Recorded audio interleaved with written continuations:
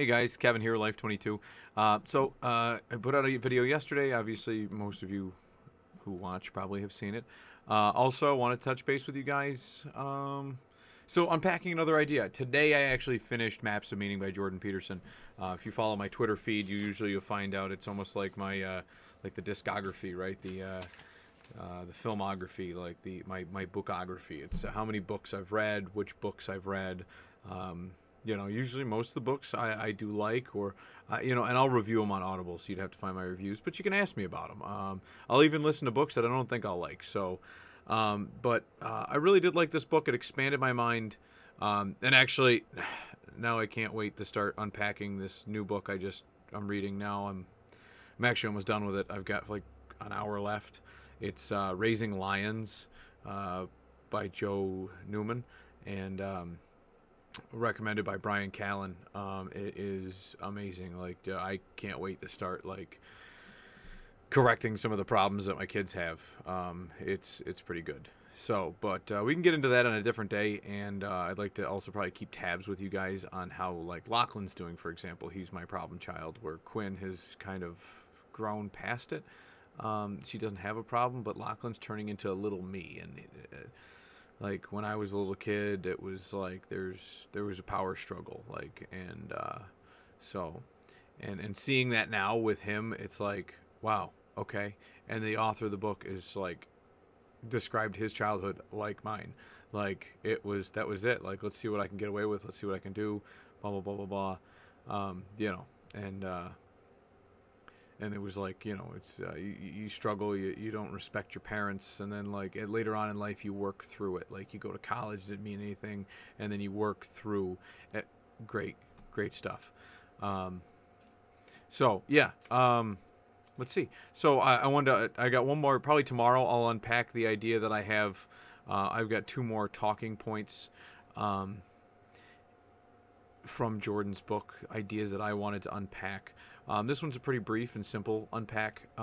So this one talks about serpents, right? The dragon of chaos. There's a lot of dragons and serpents, and a lot of those things. I feel like. So in his book, he describes dragons and things like that is a philosophy. Or built into fables and tales, and the dragon is always the thing that you are battling against, right? We've always, human beings apparently have always found meaning in reptiles, at least in a negative connotation. They are the villain, right? The dragon is the thing you must defeat. It is a monster, and you must defeat it in order to save the princess, or it's terrorizing the town in order to save your own village, and whatever the village is a metaphor for. Because a lot of tales and fables are to teach you deeper life lessons, so that the story is interesting enough to carry on, and then people can unpack them, right? If you just try to teach somebody that straight knowledge, it's not as interesting, and then there's no unpacking. You have to pack it up so that you can send it down the road, and it makes sense in a lot of ways, right? How a lot of these folklore and stories got passed down from place to place, because I don't really think there was dragons, right? But it was easier to say dragon, and everybody knew automatically. And so today, what I wanted to unpack, though, was the thought of, why is it always a reptile? Why is it always a dragon? And it actually went, the more he talked about just different folklore, the dragons and the reptiles and the lizards and the,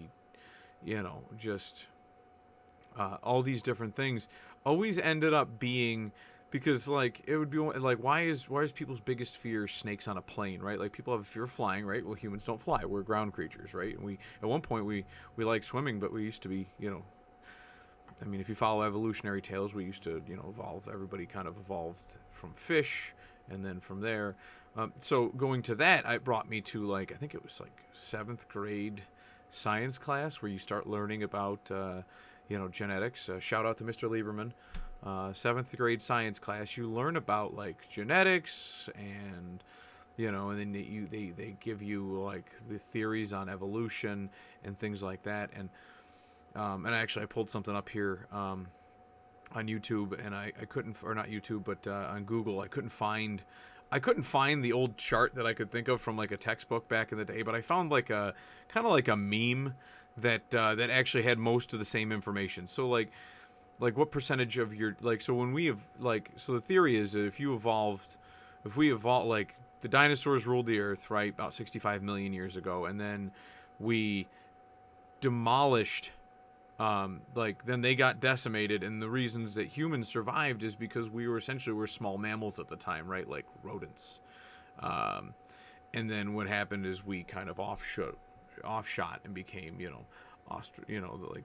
monkeys and chimpanzees and whatever, and then we graduated, and they always show you that definitive line where like apes went this way, and then humans went this way through Australopithecus and all this other stuff, and then it branched off, and Neanderthals were like a group over here, and we went this way, and we continued to go where they, and it branches off like a family, like yeah, there's three brothers, and one brother's here, and one brother's here, and one brother's here, and these two go off to be successful, and maybe this one died at childbirth, and the next one died in a plane crash, and there's one brother, but then his lineage, you know what I mean? And it's very similar in that regard, and it started making me think like that percentage, right? So I'm looking at it right here, and it goes down like what percentage of your genes do you share? And it's chimps, 98%.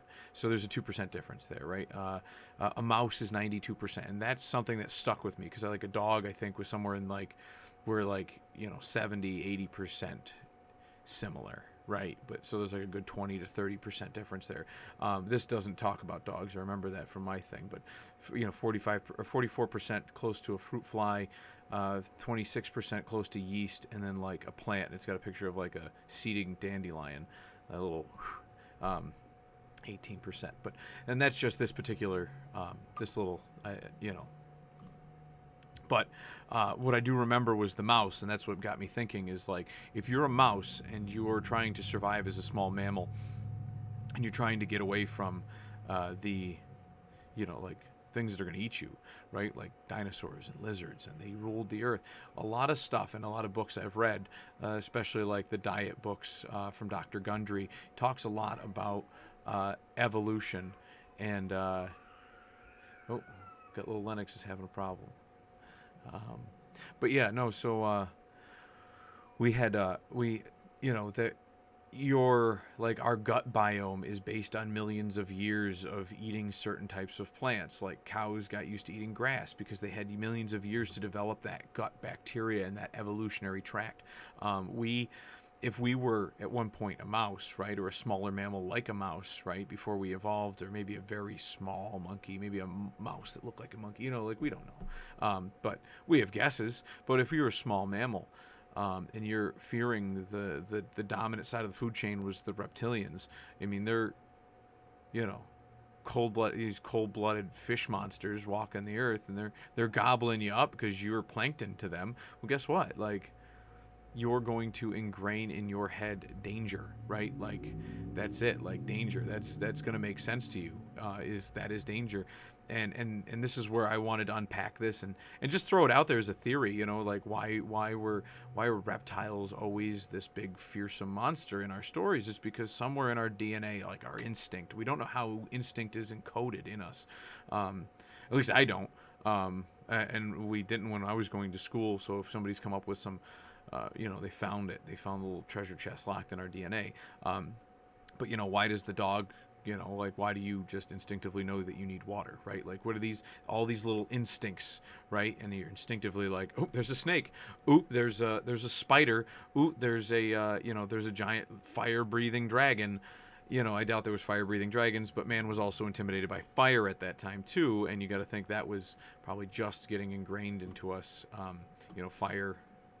Fire was new, but you take something that you just instinctively are supposed to fear, right? And that would make sense, breaking it down from at one point you were a mouse or some sort of small creature, and you were being gobbled up by the dozens, and in order for you to survive, like, your offspring had to instinctively know not to go up to that thing, right? Like, if I go up to that thing, I'm gonna get eaten. Like, I don't want that to happen. So I wanted to unpack that story, and I wanted to kind of talk with like where my thought process was when I came up with that, based on these percentages that we have, where our DNA is 8% different than a mouse.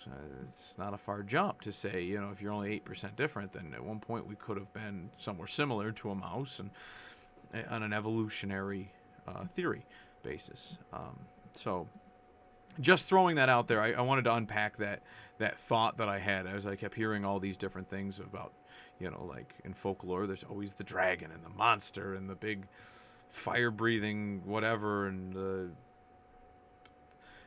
like at one point there was dinosaurs, right? Like we know there was dinosaurs, they existed. So like why can't we, like they didn't exist when we were around as bipeds while we were walking around on 2 feet, like, but at least I don't think I'm pretty sure we were on all fours, or it's some form of other smaller creature that was getting gobbled up. And that was my theory. I wanted to break that down. I want to get you guys more content too, so I want to take all these ideas that pop into my head, unpack them for you, and then I didn't forget about you. Tuesday next week, so a week from today, is our monthly theme. We'll see how this past month went for you. We'll see how, and we'll get into what next month's theme is. So I'd like to, maybe we'll do it at the close of the month. So maybe Monday, like we'll do a Memorial Day one, give you a little sneak peek so you can prepare yourself for the first day. Yeah. So, all right, guys. Well, I appreciate that, and I have one more item to unpack from that book, and we'll get into that more tomorrow. So with that said, we'll see you guys tomorrow. Thanks for signing up.